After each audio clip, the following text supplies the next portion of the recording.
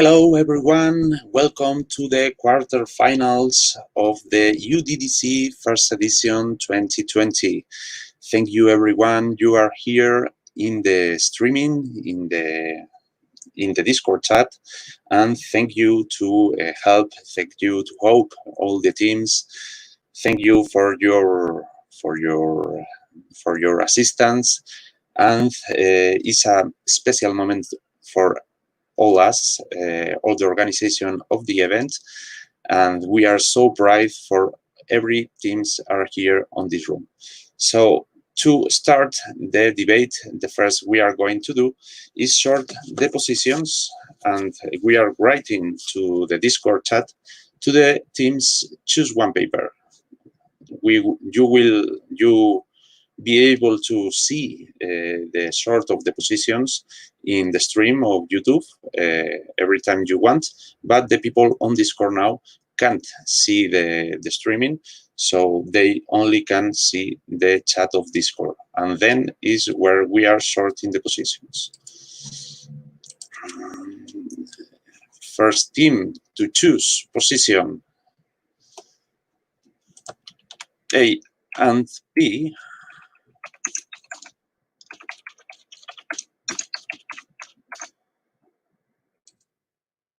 A and B is choosing the position. Hello everyone, here Javier sorting the positions. A and B, please give us a number. 4. In the papers, the 4 is second position for the team A and B. Second position for the team A and B. Next to choose is the team Boomslang.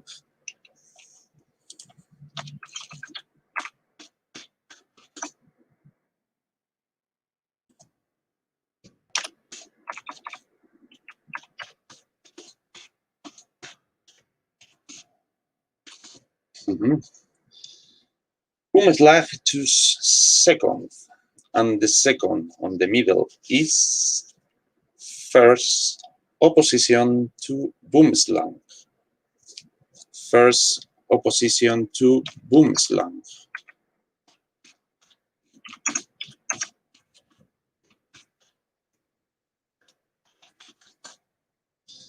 Next, the next team to choose the position is Team Smartbeer.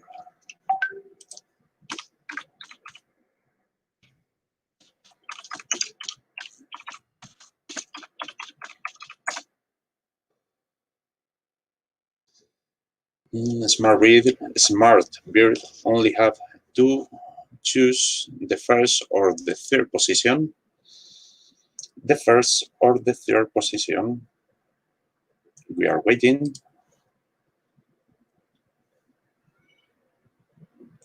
3. The 3 paper to this debate.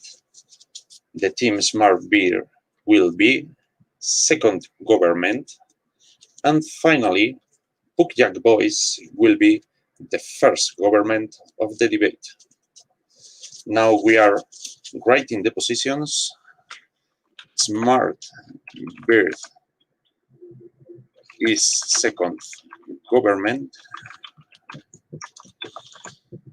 and Pukjak Boys first government.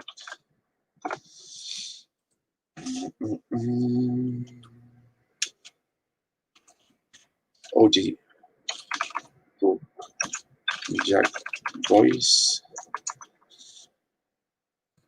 Oh.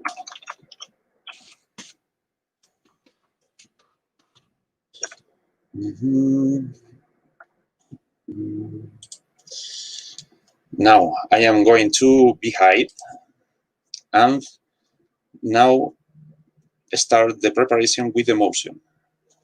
So just a little second to write the positions for the teams, and we start.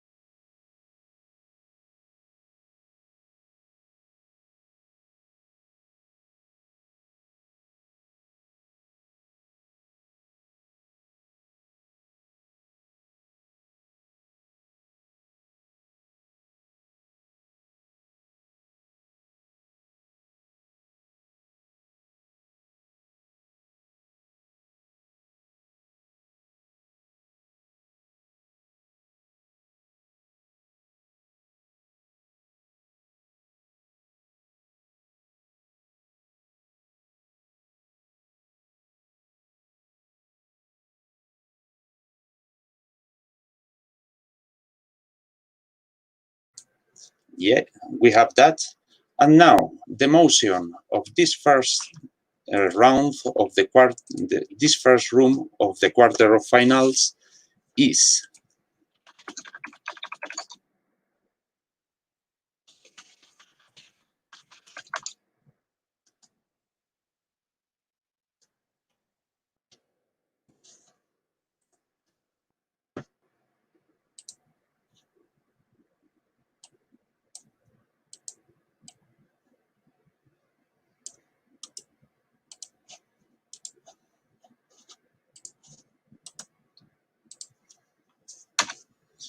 this house supports nationalizing land in post-colonial countries.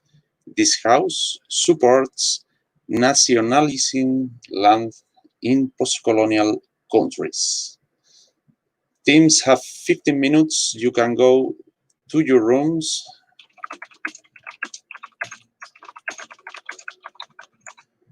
And we start the debate at 1915.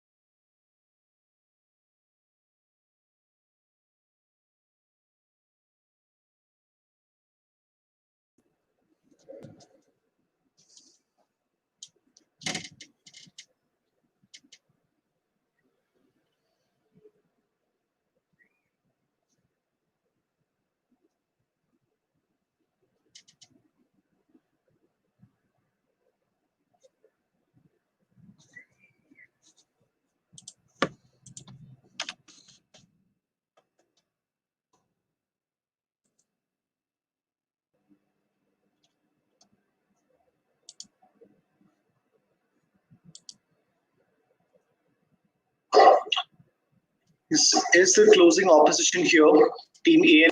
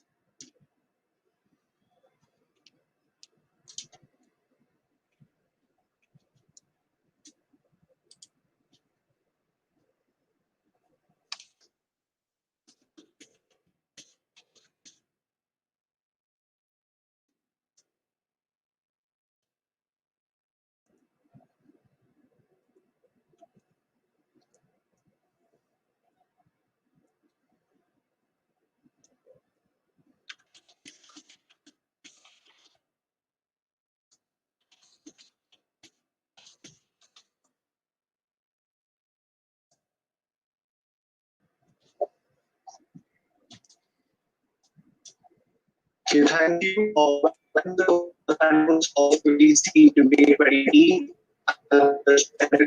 I more he and him, and I'll to introduce themselves along with their if they have any.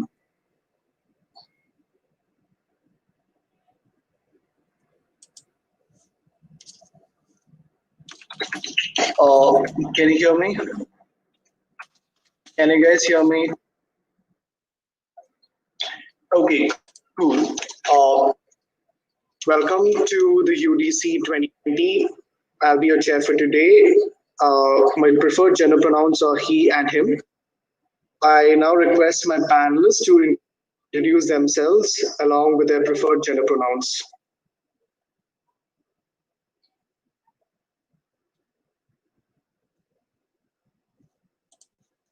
Hello, my name is Gabriela, and my favorite pronoun is she, her. Hello, I'm Ashik Dotto. My pronouns are he and they. Thank you. Thank you.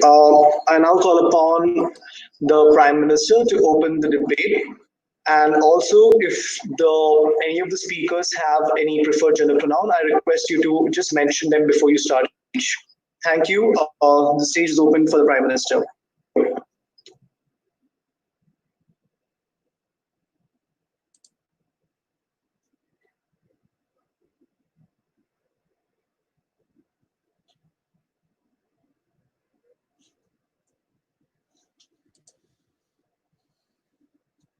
Hi, sorry, can you hear me well? Okay.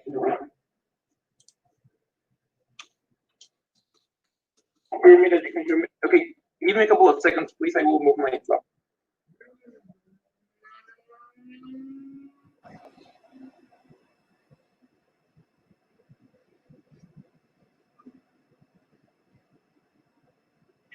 Okay, my preferred pronouns are he, him, masculine one, and I will put my timer now. So wait me a couple of seconds. Okay, I can start now, right?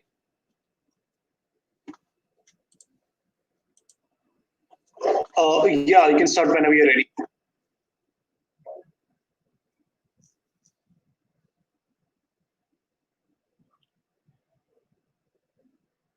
Okay, perfect. Okay, 3, 2, 1. This house supports nationalizing land in post-colonial country. Okay, first a couple of definitions. So this debate will be a good debate. First, what do we mean by nationalizing land?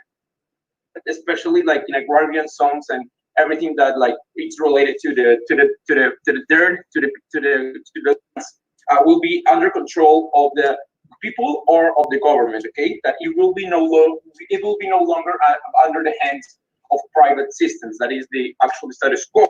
Second, the status quo. What happens now with lands in post-colonial countries? As we know, in post-colonial countries, we went through, and we all know because we are here, like we in this debate, where everybody is from a post-colonial country. We all went through like these really unjust systems where Europeans came and privatized everything, and through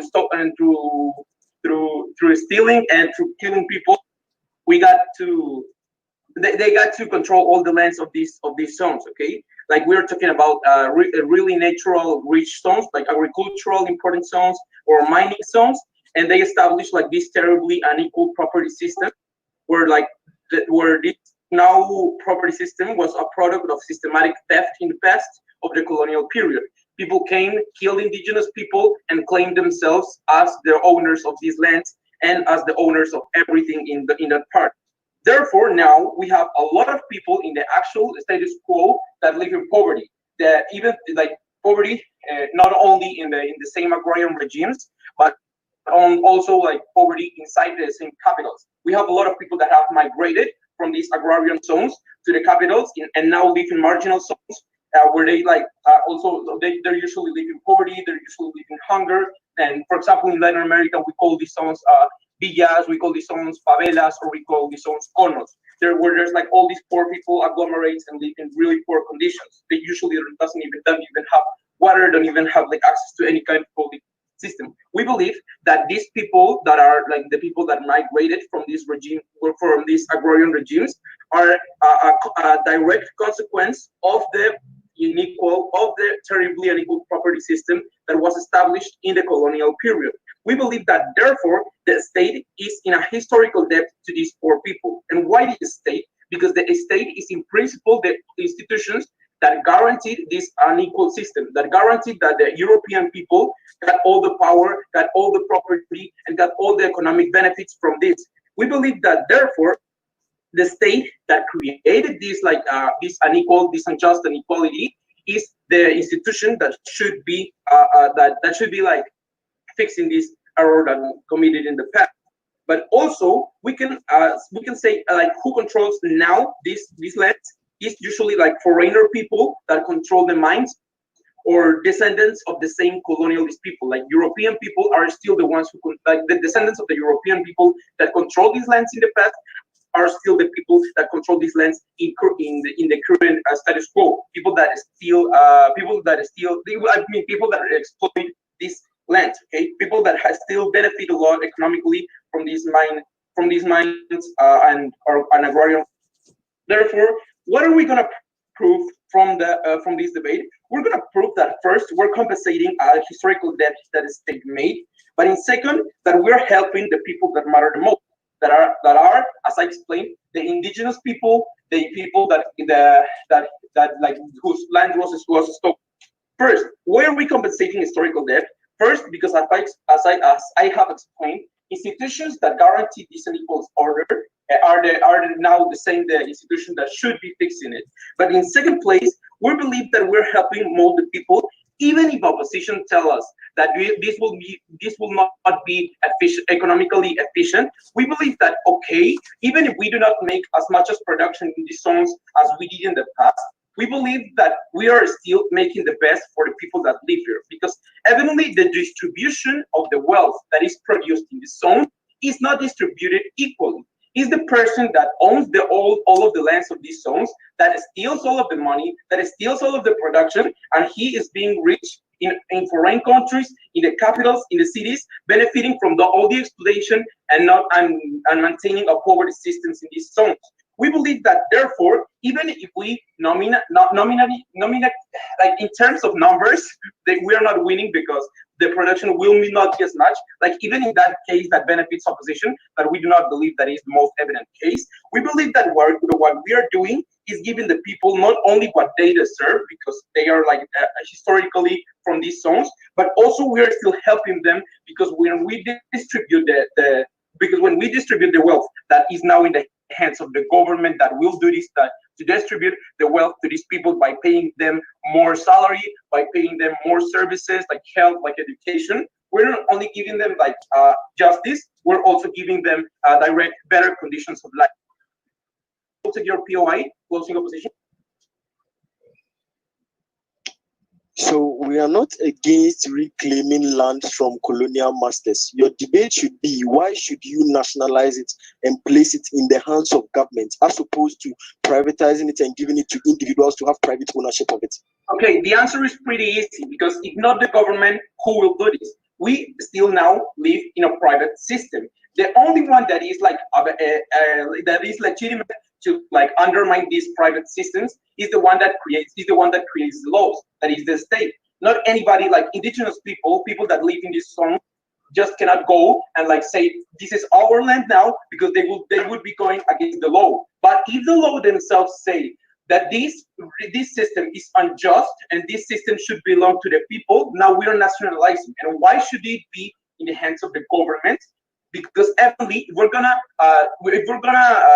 administrate these zones that are massively big, we should like have a centralized agency that is gonna put order in this place. We believe that the state is the best agency for doing that for two reasons. As I explained, first, the historical depth, but in second place, because they are the only ones that are like legitimated to control these zones. It's only the government that has like the power of the law, the monopoly of violence to undermine the private system. We believe that therefore we're proving the two main points in this debate.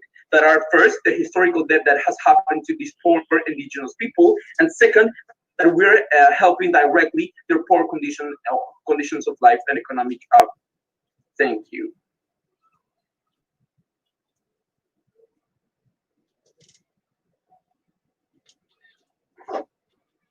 And thank the Prime Minister for his speech. Now call upon the Leader of Opposition to open the case for the opposition.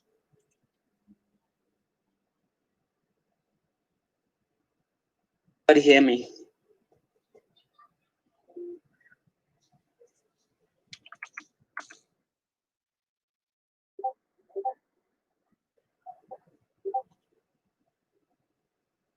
In 3, 2, they seeks to establish whether the government is the best actor, or really the best stakeholder to hold land legally, right? So what we expect from government is to be putting forth before this panel that the government is the best stakeholder in this case, and that privatization of land is more harmful to countries that face post-colonial countries, right? So our task as the opposition is to basically prove to you that privatization is actually best in this kind of instances, right? We tell you that we are not against people being given. But what we are against is government holding land, government being the holder of land and not allowing privatization of land whatsoever, right? So what do we tell you from OO? I want to tell you firstly that we stay away potential investors, right? We tell you that privatization brings investors, and investors in turn bring cash, and that basically brings back a better economic environment for the whole country. Because if we take a look at most post-colonial countries, you're talking about the likes of South Africa, right? We're talking about the likes of Zimbabwe, right? And these are countries that are economically got unemployment rates at the highest peak, right? So if you're going to privatize, we're basically chasing away investors, we're basically chasing away potential employment for people, right? We're basically shutting down our economy, right? Because we believe that land contributes significantly to our economy through agriculture, through farming, right? So we tell you that in fact putting land in the hands of the government is basically a bad idea, because it leads to an economic decline, right? So what secondly do we tell you from OO? We tell you from OO that the state in general is not the best actor to hold productive assets like land. Why? Because we tell you, emanating from our first point, that they can best be used often more agriculturally productive and economic activity that benefits everyone, right? Because we tell you that private individuals maximize profit, right? And that is a good thing, right? Because it means that they hire more people and they are more driving forth our economy, right? But even before we get to that point, to more points, allow me to deal with a couple of issues that were raised, right? We acknowledge that during the colonial periods with white masters from Europe as OG claims, right? It's more complex now, and the recognition of human rights has advanced as well, right? So we do not believe that we can unfairly take land from people simply to say we are going to give it, we are trying to balance or to give justice, right? Particularly noting the fact that OG does not bring to the table anyhow they plan to compensate people who in the status quo hold this land legally, right? So it's saying that it's very problematic to take people's land without compensation, right? So this leads me to my third point, right? We believe that indigenous people who were unfairly deprived of land should be equipped with skills for agricultural productivity, and those who are interested in farming and agriculture should be given affirmative action preference for scholarships and training in those areas, right? That should try and balance out the inequality that they're talking about, instead of land and causing an economic decline like they're trying to do, right? They're trying to cause injustice, but they're trying to settle just I'm not taking any POS right now, take you the thief, right? They're trying to bring about justice, but in the process, they're basically causing an economic decline, and they're basically depriving people of their rights, because legally speaking, those people have rights to their land currently, right? So we are telling you that the affirmative action that we're bringing in all that we believe should at least be what we are supporting will include reclaiming only land that is not being productively used but having such potential, right? And prioritizing it to indigenous commercial farmers and assisted commercial farming activity, right? We believe that this should counter the inequality argument that OG is trying to bring forth in this debate, right? Point, right? That it violates the right to property and the principles of the Constitution, right? We believe that the constitutionalism is a legitimate point and should be headed in this entire debate. Why? Because although the land was taken unjustly, it is now vested under a human rights dispensation that must be taken within the framework of respect of human rights. Otherwise, what it's simply doing and what OG is simply advancing is a society that is which we do not believe from all that it is either legitimate or sustainable, right? Because we believe what should be happening is at least compensating those people buying of land, not basically forcefully taking land from other people, right? But let us not even engage into the niche critics of giving land back to the people, right? Let's talk about the economic impacts like our originally planned, right? People hurts our economy so negatively, right? Why? Because you're giving it to the government, and basically OG is not even telling us how exactly the government is going to best capitalize on this land in their ownership to ensure that our economy never suffers, nor people suffer anyhow, right? So I'll take point from CG.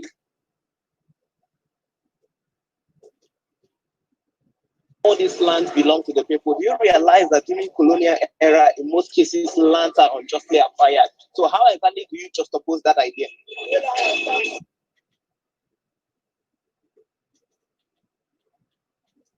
That land was unfairly taken from those people, right? We cannot counter that or try to fix justice by depriving people of their lands illegally, because that's exactly what is happening when you try and deprive people of their lands without compensating them. Because legally speaking, let us be practical. Currently, right now, panel in the status quo, that land legally belongs to the people who have the leases to such lands, right? So basically, taking it is not justice; it's rather vengeance, right? And we believe that if we do follow that route, like I said, our society is declining into a state of vengeance and not of justice, right? And we believe that in our world, as we have stated, we believe that what we should be supporting in this debate is affirmative action that will try and equip people who are interested in farming, indigenous people who will say maybe have been unfairly deprived of their land with necessary skills to endeavor into farming, right? Because we believe that it at least harmonizes the both worlds. They may not get their lands back, right? Because it is injustice doesn't happen, but we are trying to repair the damage, right? And we do not believe that repaying the damage like in the world includes depriving other people of their rights and unfairly also give it to other people, right? We believe what we should be doing is trying to find a more harmonic solution that benefits everybody in the status quo, right? So we have never been prouder to propose this motion because we believe that our world provides harmony for everybody.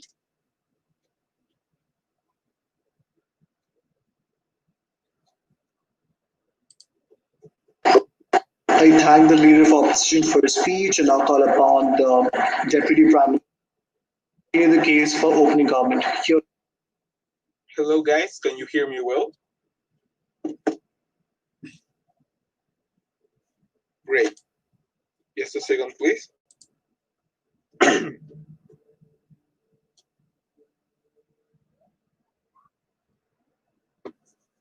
3, 2, 1, let's go. Firstly, let's start with some rebuttal directly to opening opposition's case. They say, like, we do not attract foreign investment and like government holding the lands is not positive for the private investors from other countries. We say that this is not necessarily true. You can be the landowner and you can still be economically attractive. Like, let's take, for example, China, where literally all the land is property of the government, or Chile, where the copper mines were property of the Chile's government. We say that in both cases, like, they still were economically attractive. This is a matter of if your regulations and your government as a whole is trusted by the foreign investors or not necessarily who owns the land or whatever. Secondly, they say that this is unjust because this land has been administered and taken care of by the private owners of the land, even if they got it from unjust ways. We say that we should, on principle, go for OG's case. There's like this clash between ownership and justice. What do we say? Firstly, the owners of the land have obtained those through objectively wrong processes: slavery, genocide, straight up theft from indigenous people. We say that these mistakes of the past must be corrected by the government, even if it means treading on people's rights up to some extent, or doing economic impacts that are not favorable. Let's take, for example, slavery on the US. Firstly, like, slave owners were quote unquote legal owners of the slaves. That means that when the state like illegalized slavery, it was treading against their rights. However, the reasons that were behind this rights violation were much bigger than the owner's rights to have slaves. We say it's a matter of human dignity and fighting inequality. Like, in this case, we have another unjust process that still benefits the privileged ones and straight up like makes the world for the poor people worse. We say by allowing these unjust systems to continue, we are failing our central principle as the government, that is, work for the people and guarantee their well-being and freedom. People cannot be free if just a few control most of the land and the revenue from it, while the rest is sentenced to a life of poverty and unfair work conditions. But point to CO. Can you hear me? Yeah. So the clarity from CEO is not to say government shouldn't take it from colonial masters. When governments take it, why should government nationalize it? We think it should be given back to the indigenous people to have private ownership of it, just like they used to do. That's the debate you're having from closing up.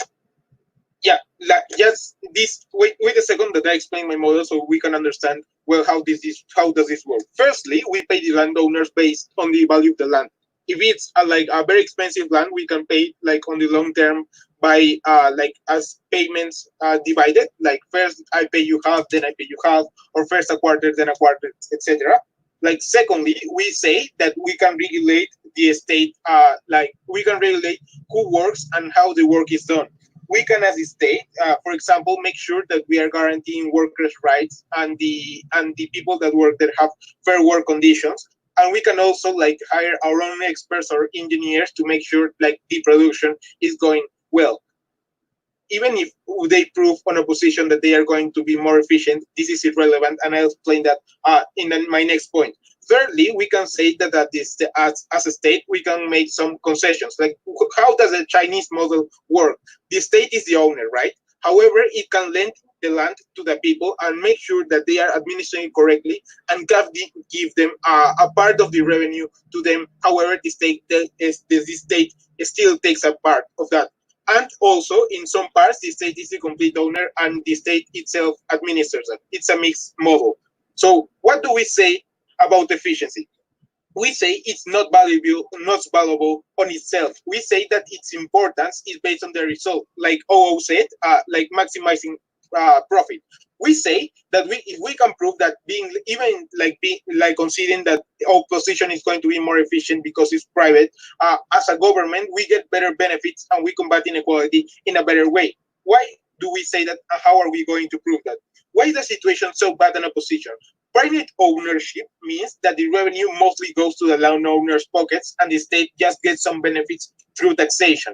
Even if opposition can prove that they are more efficient, still most of the money is going to an unlimited amount of people. Also, in the current times, there are a few problems with taxation. Firstly, people, and especially rich people like the ones that administer land in this context, use offshore accounts to hide their income. Secondly, they try avoiding paying as much as possible, and they try to avoid state regulation as much as they can.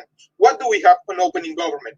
Firstly, the state has a responsibility with the people, not just the responsibility to make a profit. This means that we can focus more on giving opportunities. For example, hiring native people to make sure they get proper conditions and job opportunities, giving them the opportunity to administer and receive benefits from the land, and we can regulate and control how this is being done. Like, for example, China does, or countries with planned economies do. We can make plans and set goals of production and make sure we meet them. It's 2020, right? Even in post-colonial countries, we have engineers, we have experts, we have people that have experience at administering land. So we as a state can make sure to hire them too and make sure that the land is being properly administered. Even if we get less revenue, we get the entirety of the income. That means that still, on OO's case, even if they have the most efficient land possible, the state still is receiving a limited part of the wealth that is being generated. On opening government, we are receiving the entirety of it. This means that we can use this money to redistribution, like OO said, guarantee that people get education, especially the poor and native people that have been discriminated from the system all this time, and use that money in public policies for them. We say that the government is the best administrator in these cases, especially on this context where the private land owners are people that have inherited the land through unjust processes. We say that the state does not have the incentive to just focus on the profit, but to focus also on the people. That is what we need on post-colonial countries where inequality is as high as it is, and poverty is still a big problem. Thank you very much.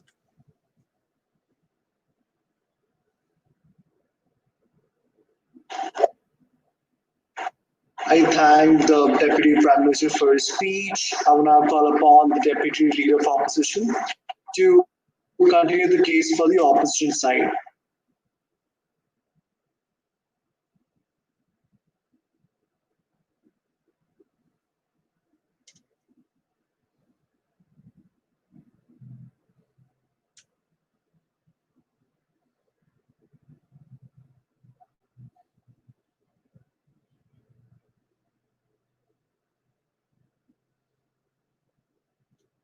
Yes, we can hear you.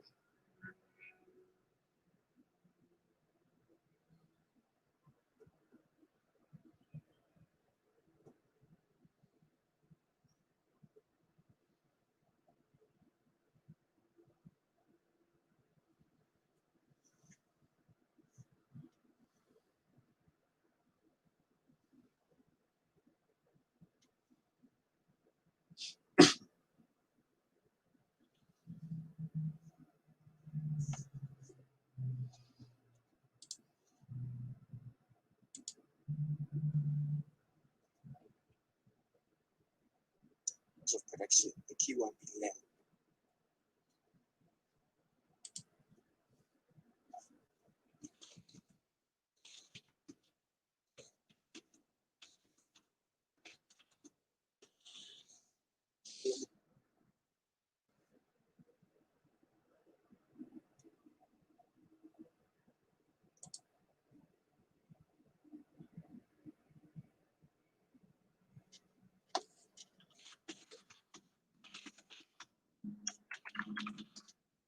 place where this kind of radical system with very few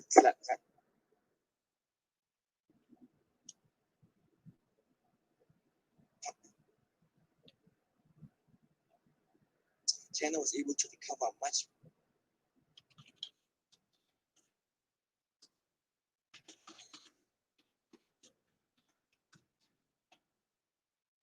to organize the economy as well. We had to, and these were things which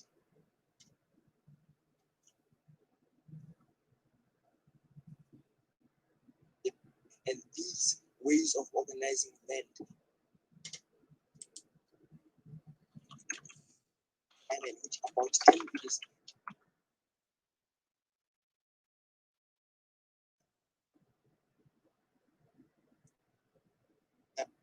premier of China at the time.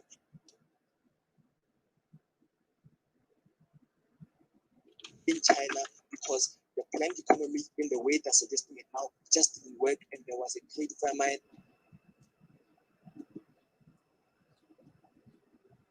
of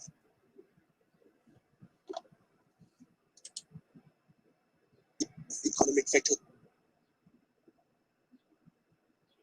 American countries are today. They're worse off than China, and China went through a famine then.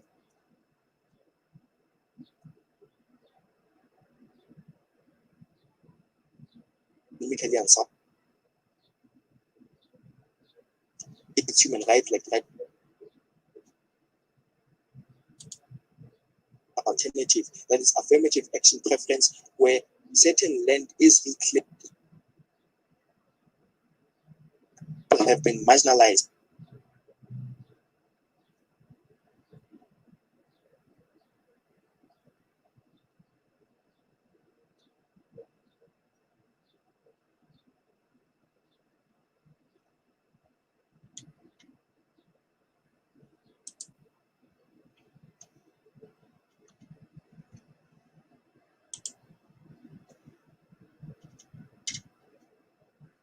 And then distributing such land to the indigenous people, but under a guided system, a system in which they are putting, a system in which they can become a part of it in the legal economy. Look at the like Zimbabwe. Such a policy had this, or a system slightly similar to this was done, but the bad one was that they did not have the alternative in case Zimbabwe. They did not teach them to the economic fit of proper measure for farming. We find Zimbabwe decayed and decayed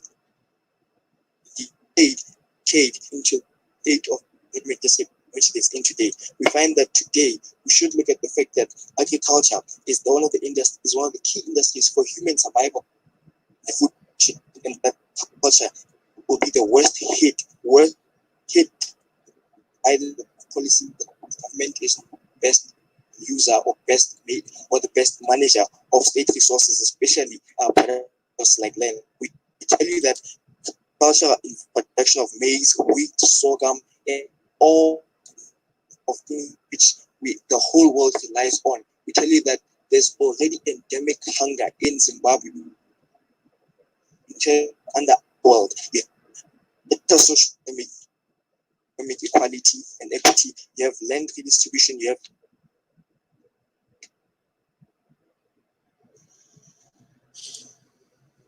why changing.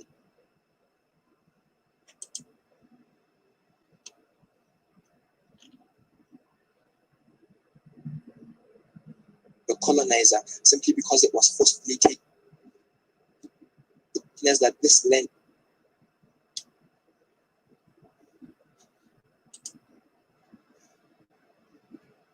as I said, we will be allotting certain plot sizes they used, and we will be under an affirmative action preference policy who wish to endeavor in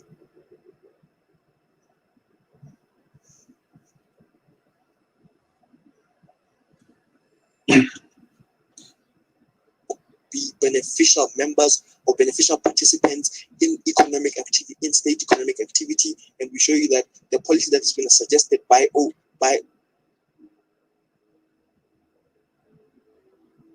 this has failed in a place like China.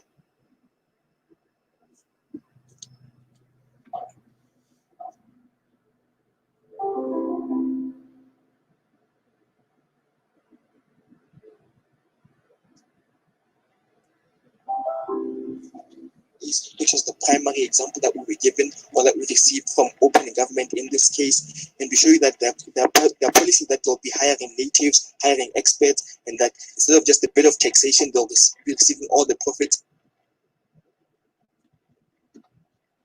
Or that may be occasion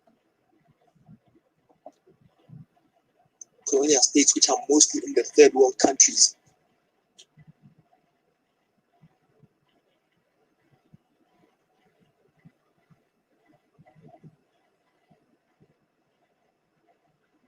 Be similarly positioned economic activity that would benefit the state. They see the agricultural commercial really be less capable of hiring the native experts and native peoples which they're promising jobs under this planned economy structure.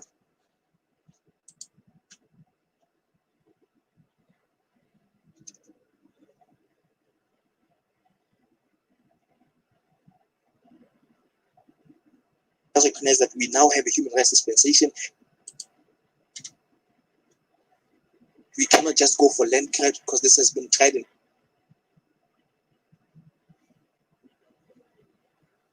We have brought forward a policy or an alternative in which this can and to compensate people at market value when they reclaim all the land or nationalize all the land. Show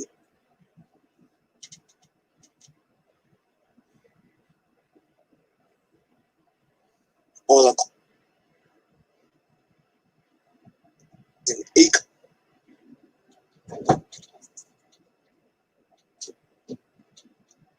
Half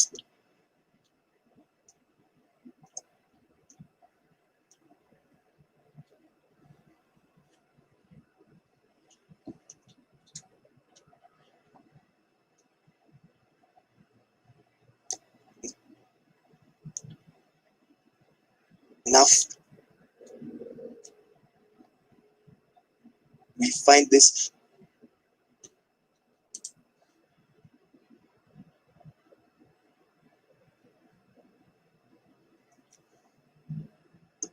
there's more of a marginal benefit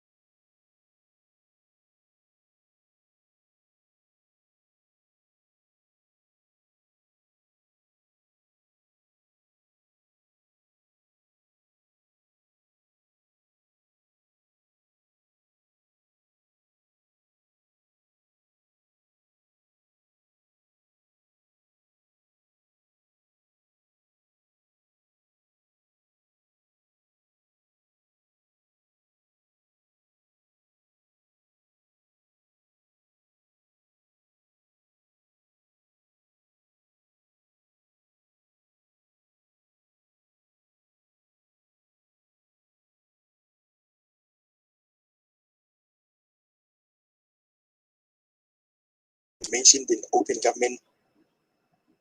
You have decreased poverty. You also have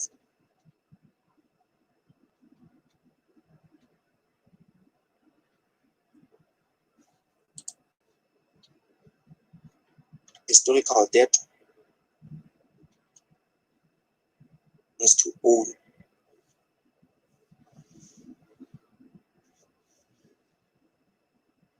I thank the Deputy Leader for his speech, and I'll call upon the member of government to open the case for the closing sign. Here.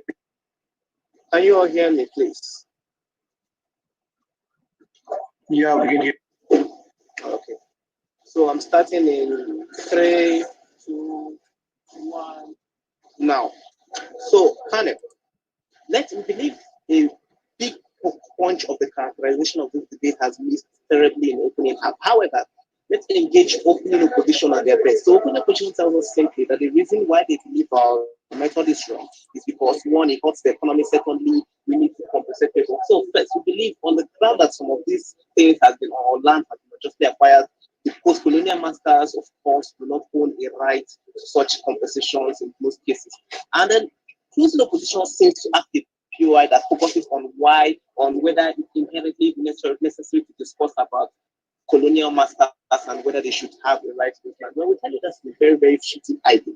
Because we find out that in some cases, post-colonial masters get to live among the persons who actually exist within this country. So, for example, post-apartheid South Africa, in most cases, to get a situation whereby the colonial masters are given opportunities to live together with these people. Inherently, they are given citizenship, forgiveness, and reconciliation. In such cases, inherently, the lands they own are still unjustly acquired and those lands are not taken away from them. But let's still take close open position or closing position at their best to still show you why such land should remain in the hands of government. So a bit of better characterization from our side of the house. So a bit of characterization. Can you still hear me, please, from our side of the house? So let's tell you exactly what happens when it comes to post-colonial. Let's tell you exactly what happens when it comes to post-colonial nations, especially third world countries. In most of those nations, owners, people were dislodged from their lands, and in most cases, at the end of the colonialism, when all these lands are returned, taking into consideration closing opposition agreements, taking into further consideration, once those lands are returned, most of the original owners are not identifiable, and those people cannot lay true claims to such lands. Inherently, at that point, we believe ownership of land become a confusing factor, and that's what has led to African wars and then intertribal problems within such countries and conflicts that it systems. So our model is simple.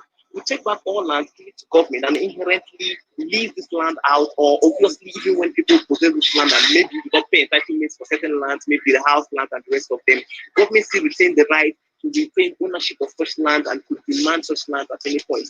A good example could be what is in the Land Act use of Nigeria, whereby government own every single land that exists, even when those lands to an extent are owned or people who live in such lands are private individuals and maybe do not even pay government royalty. But at points where it becomes necessary, government has the right to take back land and government has the right to give land. So secondly, we get this funny idea that obviously economy is going to be healthy because people are not going to invest. We believe that inherently government is not going to be hot because in most cases they have the ability to use out this land to make gain, and we'll show you why it is very much necessary. So from closing, we're going to give you three major extensions.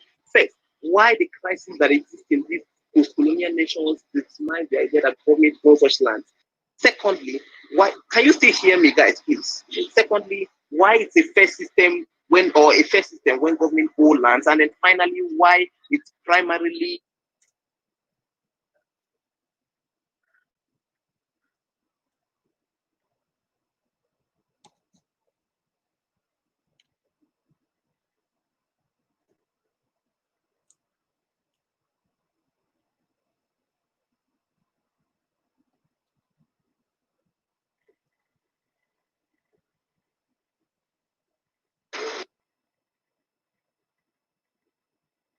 Sorry, can you hear me now? Good evening. Well done. Can you hear me? Is it better now? Okay, fine.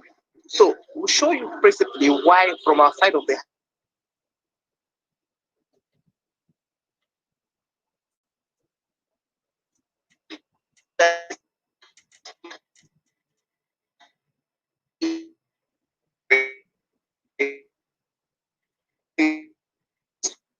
from this side of the house. We show you that in most cases, they start the responsibility of recovering this nation from colonialism and necessity of taking this nation to a greater height and making them even more sustainable or creating a sustainable economic growth comes from government in itself. That means government needs to be in control of most assets and most assets that actually lead to liberation and such development. So automatically, what you get from our side of the house is simple. We get a system whereby government owns the major line of growth. When government owns the major capital of production or the most major principle of production. So we get a world whereby government obviously own the major part of production, which is the land that exists in society, which is basically the only thing that the production is dependent on in society.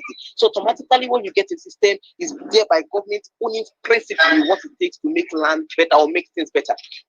We believe inherently in society, government is obviously the one who has the legitimate right to make decisions in society, and in most cases, if those decisions saddle on them, they should own the ability to control how those lands are used. Because in most cases, people get to use land, keep them, and those lands are not actually put in use. So if governments want to regulate how lands are used, it is their saddle responsibility. We believe principally it becomes very much legitimate to allow them own such land and give it to people as they think fit, because in most cases that guarantees proper use. And of course, that means government also has the right to actually or control and make sure that development occurs in status quo. Okay, CO.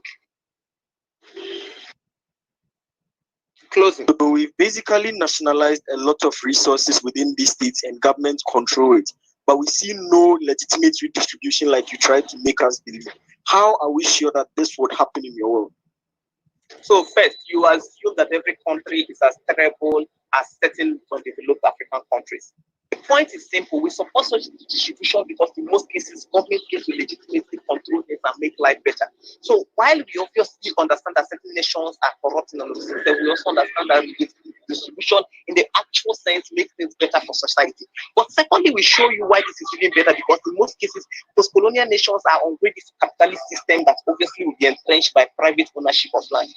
In most cases, you find out that post-colonial nations are indoctrinated into ideas of capitalism that should inherently exist. Should not inherently exist, because those nations, by primary principle, exist in a communist world. So most of these nations were already communist in nature before capitalism took over or before colonialism came. These nations become very much already for a capitalist system, and that much, in forcing them back into a capitalist system, you do two things. First, you entrench exploitation, and that takes me to my second argument, entrench exploitation in system. Why? Because in most cases, landowners or primary landowners in some society would inherently not understand the value of the land, or even if they do, because of abject poverty that's caused by colonialism, are most likely going to sell off this land to the pre-colonial masters or the rich and bourgeois in society, who inherently would buy it at the cheaper rate and still own those lands that exist. So when you take up those lands from the people who you call colonial masters, you still end up giving it back to them, because in most cases, the persons who own them do not understand how well to use it, or are unable to use at the point you entrench the same discrimination in society. But secondly, we tell you that in most cases, it creates an equal system for land use. Why? Because inherently, government creates a more balanced system that makes land use even more useful or even more equitable in society, because invariably, everybody gets land to use at whenever it's possible. Unlike the system whereby private individuals insist and take up all this land and, of course, make it impossible for others to access. But finally, we show you that it prevents tribal conflict as opposed to land, because of this logic that exists in society. Because it's impossible to know who owns which land and who doesn't own it, and that is where we get tribal conflict. We prevent that in our world. We've never been prouder to propose.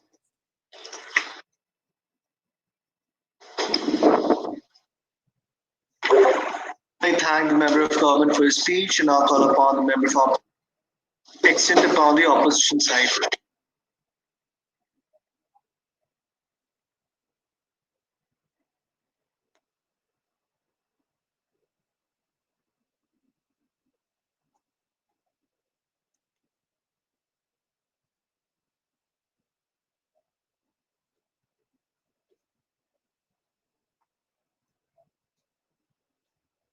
Can everyone hear me?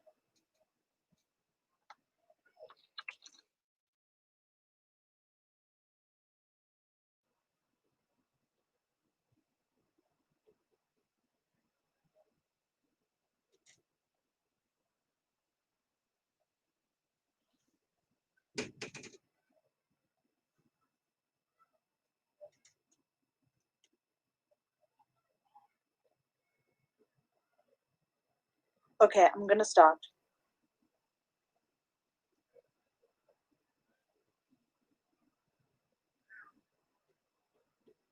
Panel, what is missing from today's debate is the government's stance, which actually defends nationalization in and of itself. One point of contextual clarity. What is nationalization? What nationalization essentially is, it's government controlling a sector of land. What that means is that they control the settlement that occurs on that land, They control the resources that occur on that land. But more than that, they also then control the means of redistribution of those resources. One point of understanding we need to understand the government bench. What we get from the closing opposition, the closing government rather, is essentially an argument of why this maximizes efficiency. Because they say that the government is able to lease land to individuals who are likely to be efficient with this. What this is a contradiction.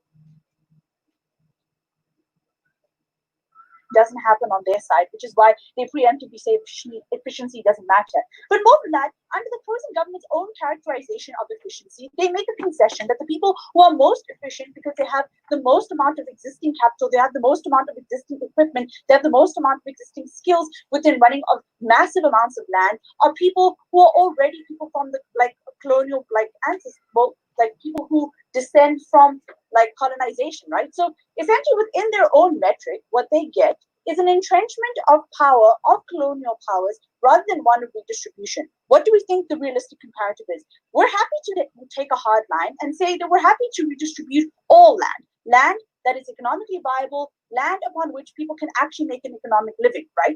Because we think that this is the most important point of context in today's debate, because the problem that's identified in the government bench is essentially that individuals have been systematically pushed out of the economy because they've been systematically removed from their capacity to own private land.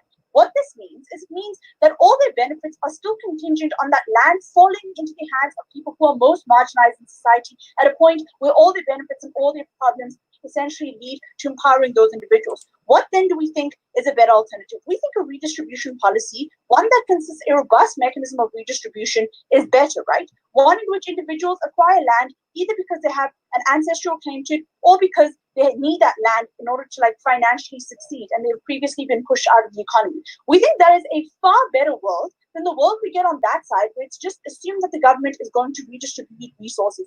Very important contextualization we need in today's debate is what the government actually looks like, specifically in post-colonial states, and where the incentive structures lie. Because recognize the POI that my partner gave is so important, because he says that in these states, we already have states nationalizing resources. And the problem with that is that these resources never actually lead to a better life for individuals who are most marginalized within these states, right? Because if it was true that these states just naturally give to the lowest common denominators, just naturally give to the people who are systematically oppressed, then we wouldn't have a nationalization of resources not amalgamating into a better life for these individuals. What are the incentive structures that we think are likely to happen?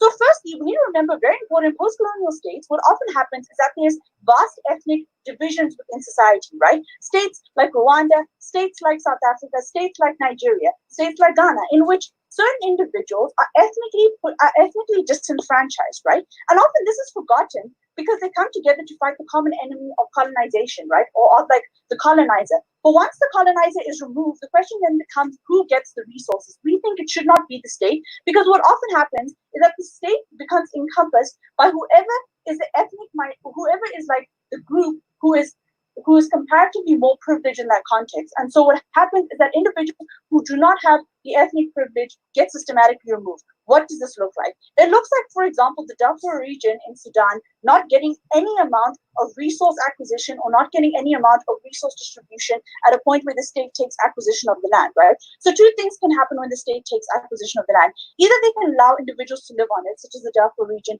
in which when individuals live on it, they're still able to remove the resources and not give the resources and the monetary benefit of those resources back into those areas, because they control who essentially gets monetary benefit, or they can just push individuals off that area altogether, right? So the reason why Anglo-Cameroon has got a comparative benefit in that region is because they have acquisition of good economically viable land, right? Which means that the government can't just use them because they have a bargaining chip with the government and they have a capacity to form independent economic viability because they have a land that is very valuable.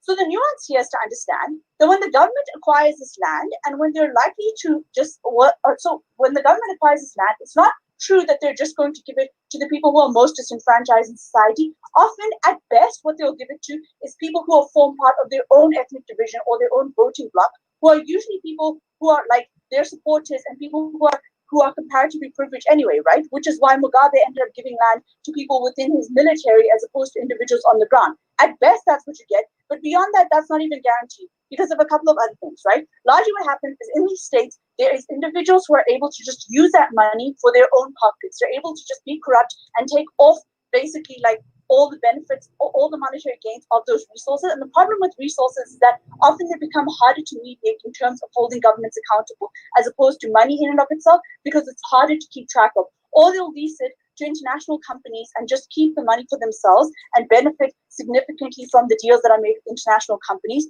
Or they're just able to not even do anything about that land because there isn't necessarily a need for them, because they already have power in those spaces. So it's not necessarily true that they have to essentially ensure that people who have got like lower social capital and people who are most disenfranchised get acquisition to their land.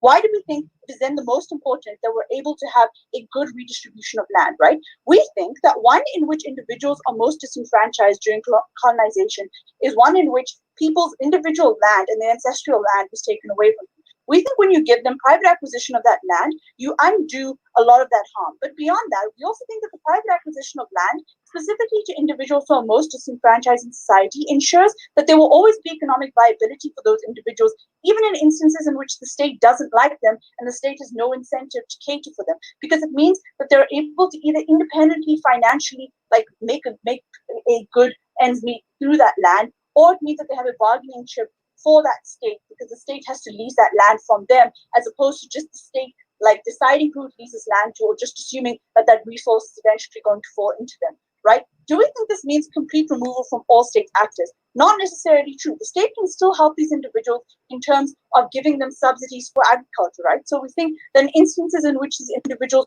don't have their own capital in order to like run farms or whatever the case may be, state is able to give them subsidies either in the form of machinery or in the form of direct money. This is actually how China has made a successful agriculture market. Beyond that, we also think that the state is able to taxate like successful farms, and they're able to redistribute it through that way. But we think that we don't then rely on the state assuming that they're going to actually progressively give back to individuals. We think that we allow individuals to acquire that land, and we always ensure that individuals are the most protected. Do we support like people who descend from colonizers acquiring land unjustly? Absolutely not. We think that we're on the side of land distribution, one that is robust, one that ensures ethnic minorities do have claim to land, one that ensures economic prosperity. Very proud to oppose.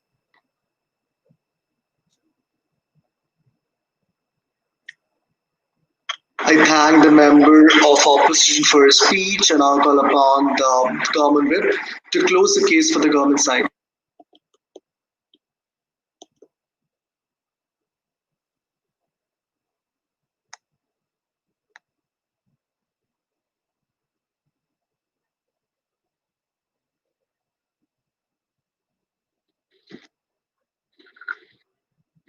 Hello, please, can you hear me? Can you hear me? Can anyone hear me?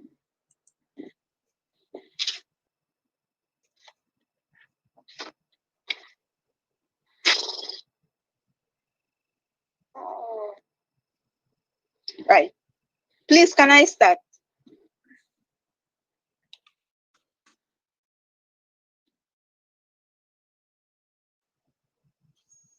All right. So, what you get from CEO is that we shouldn't nationalize this, or the government is not in the best state because they can't do it. And so redistribution policy to ensure that individual acquire land is the best alternative, and they go on to define it. And I'll prove to you why their case does not win today's debate, right? All come saying privatization is the best. And so government shouldn't be in the best interest to have this land. And I'll prove you why they also fall flat in today's debate. But my member analyzes to you the nature of post-colonial countries, where he tells you that, see, after this, owners cannot be seen. And there's some kind of confusion factor as to who to own the land and not. And so in the states where there's confusion as to who to own the land, we will ensure that the government take charge and ensure that there's redistribution of it. So we tell you that in CO's world, it still exists in our world, and I will explain to you and show you why it still exists in our world, right? So my member analyzes to you why we will allow it because of crisis, which in the end ends or brings about confusion. Then also why it brings about fair system for all, and why the government is in the primary state because of recovery of post-colonial countries in the longer run. So my rebuttal to OO and CO will be in a comparative note, right? So moving on, panel.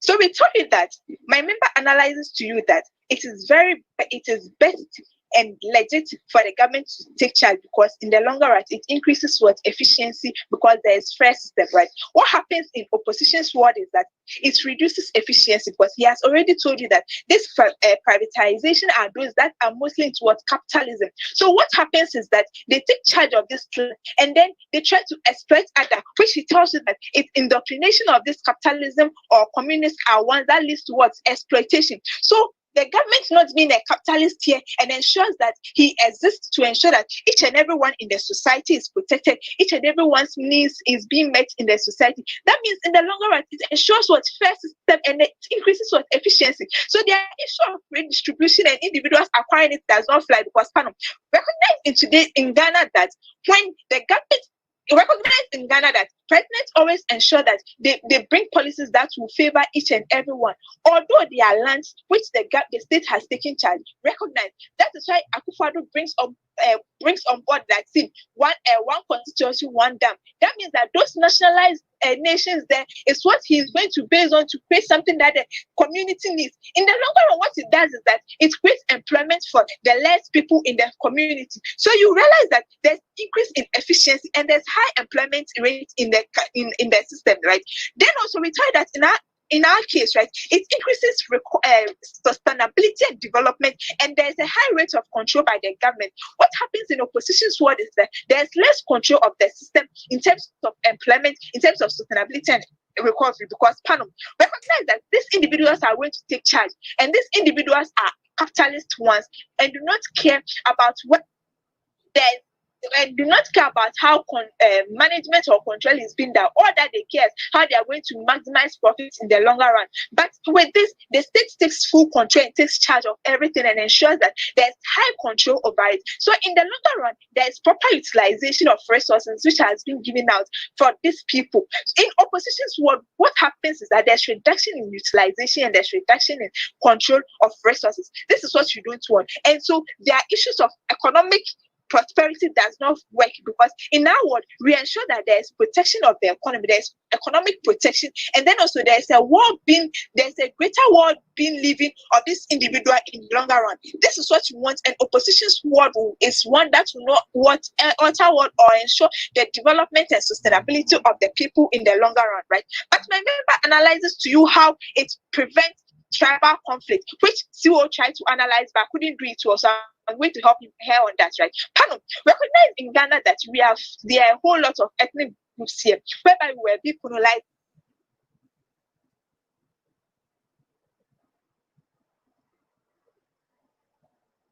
Why them have died, and we do not know whom to give this land to.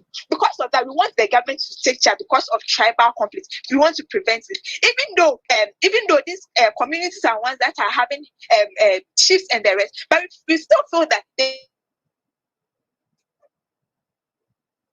chief person who ensures that both the minority and the majority is being protected, and the needs of the minority and the majority is being met in terms of development and in terms of accountability. On that side, right, there is some kind of that it will prevent tribal conflict that is necessary, that's likely to arise in opposition's world, because when we allow these individuals to take charge, this is what then happens. Okay, you are an Asante and you've come to an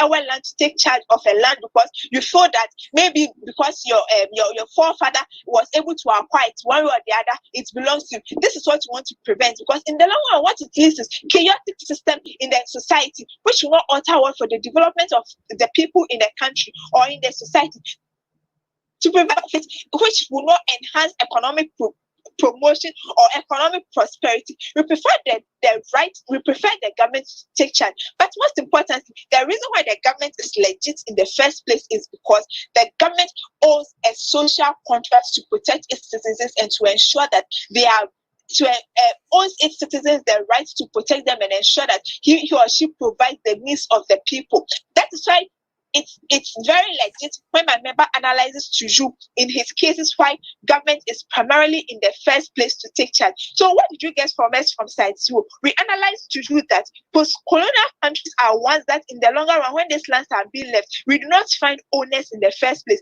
and which leads to conflict, which leads to confusion among these people whom to take the land and whom not to. So in order to prevent this, we want the country or the government to nationalize it and ensure that in the longer run, he uses this for better projects to enhance the economic factor, to enhance the economic prosperity, to enhance economic stability, which in the longer run affects the individuals and then also go a longer way to affect the economy of the of globalization. Bear in mind that the decisions that the government takes as a state or as a stakeholder here goes a longer way to affect the global economy.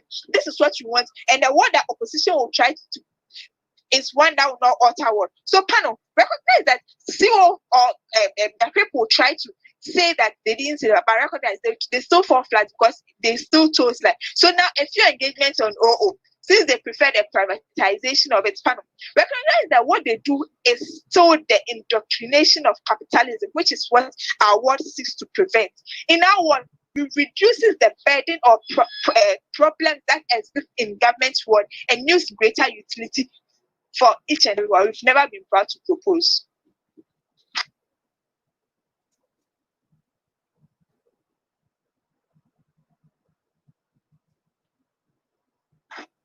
I thank the government for his speech and I thought about the opportunity.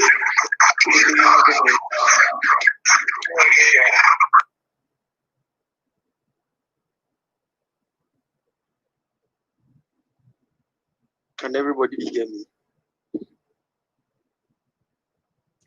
Yeah, we can hear you. Okay.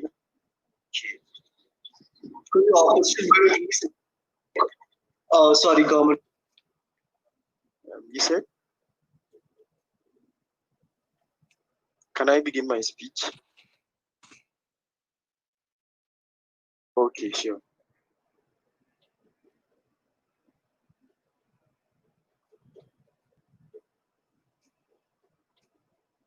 So primarily what CEO says is not like what OO says, and that's the clarity that CG failed to get.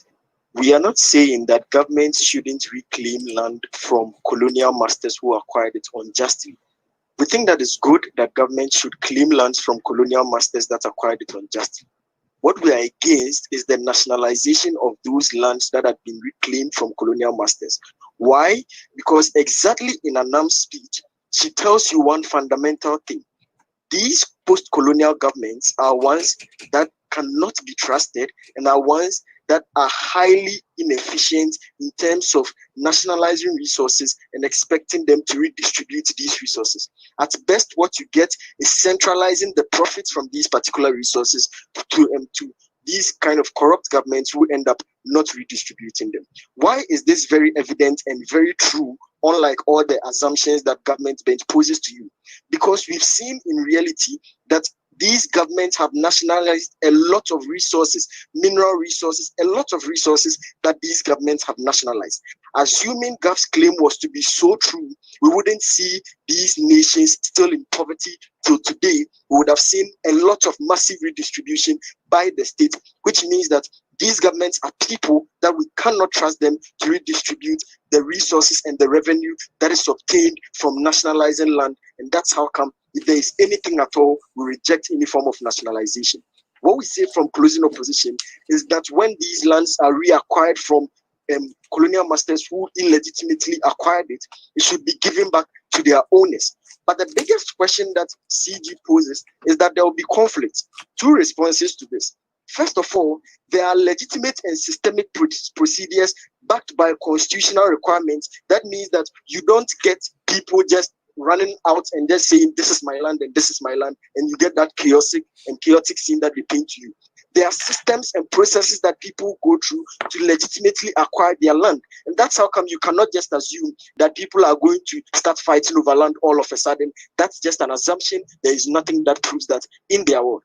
But secondly, Anam shows you how you entrench the oppression of ethnic minorities in their world because of the kind of ethnic divisions that exist within most of these post-colonial states, but also because governments in most of these states are from the ethnic majorities. What it means is that you cannot trust these governments to even redistribute to the poorest of the poor that really need these resources, and that's how come we reject that metric from them.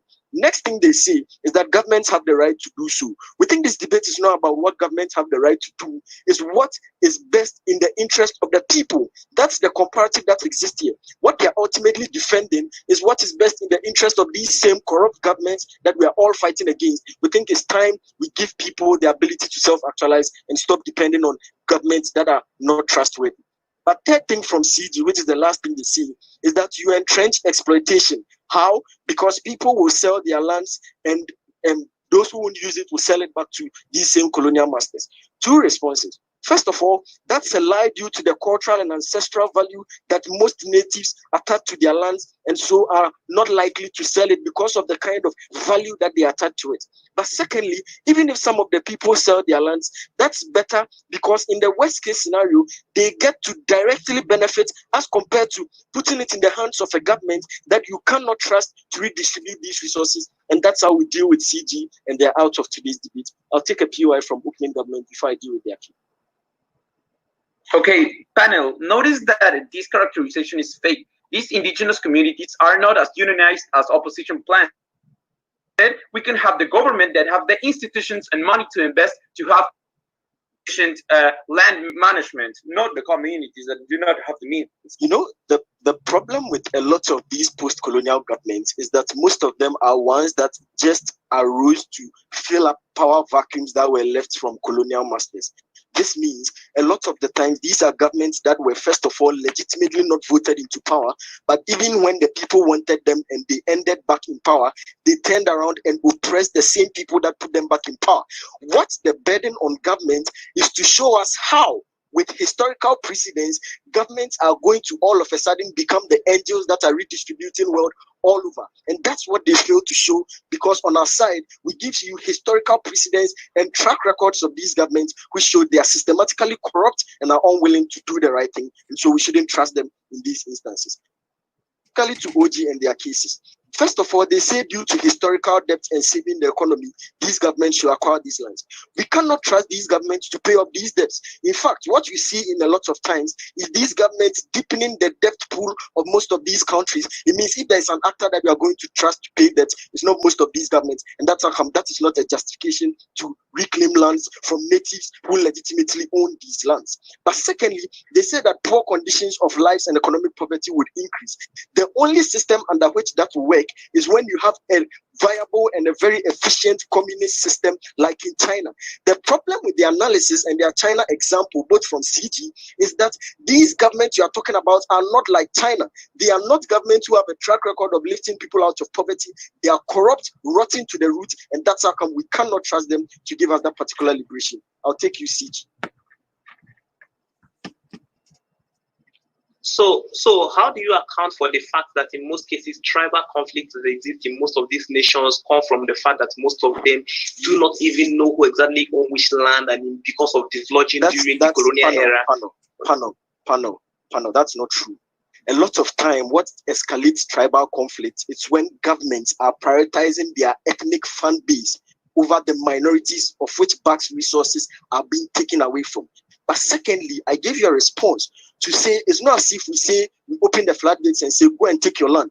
What we say is that there are legitimate processes for people to go through to acquire their land. It's not as if you just get up and say go and take your land. But again, it's not true that that is what causes tribal wars. What actually causes tribal wars is a lot of governments not prioritizing the people who have the resources and the people who need it to give it to them, but always favoring the kind of ethnic background that they come from. And that's what escalates tribal wars in places like South Sudan, in places like Cameroon and all those things. And that's how come we reject such a world. But they say that they would use the Chinese model. First of all, you need an efficient economic system to run such nationalization. That's how come it works in places like Saudi Arabia and in China. We have nothing like that in most of these post-colonial states, and that's how we reject that. But finally, they run a very counterintuitive case from OG. They say they will pay people that they take away these lands from, like even the natives and all those things.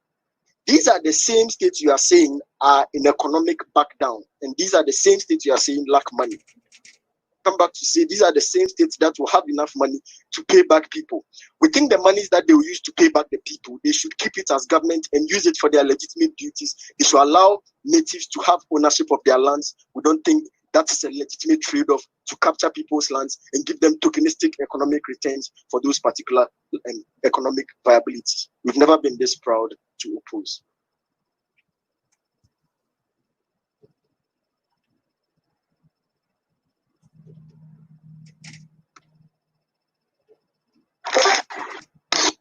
I thank everyone for the speech. Since it's a quarterfinals, there won't be a feedback. However, we'll be announcing our results here in some time, and then we'll be like me and the panelists to be sharing our contact details. You can contact us for personal feedback if any one of you.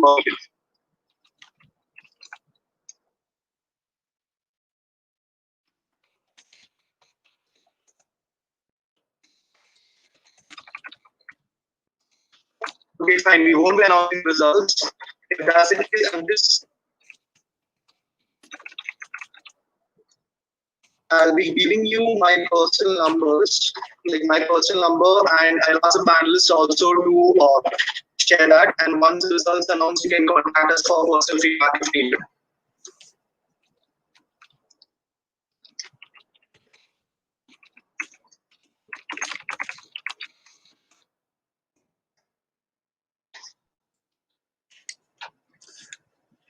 This is the final of the debate. The judges are going now to deliberate, and the results of the classification we will know tomorrow. The panelists could also share their numbers here so that the teams can contact them for personal. We will post tomorrow the classificates in the networks and in the WhatsApp groups. And then we will make the semifinals classification. So be very attentive for the results of today and tomorrow, and be very attentive for the direct of the ranked to the semifinals and the ESL semifinals that will be to the Friday and the Saturday. So thank you to be here with us, and have a nice day, have a nice afternoon in every place of the world. Thank you to follow UDDC first edition, and we see you on the next debate is very soon, in 2 hours. So thank you to be here, subscribe to our YouTube channel, and we will see on the next.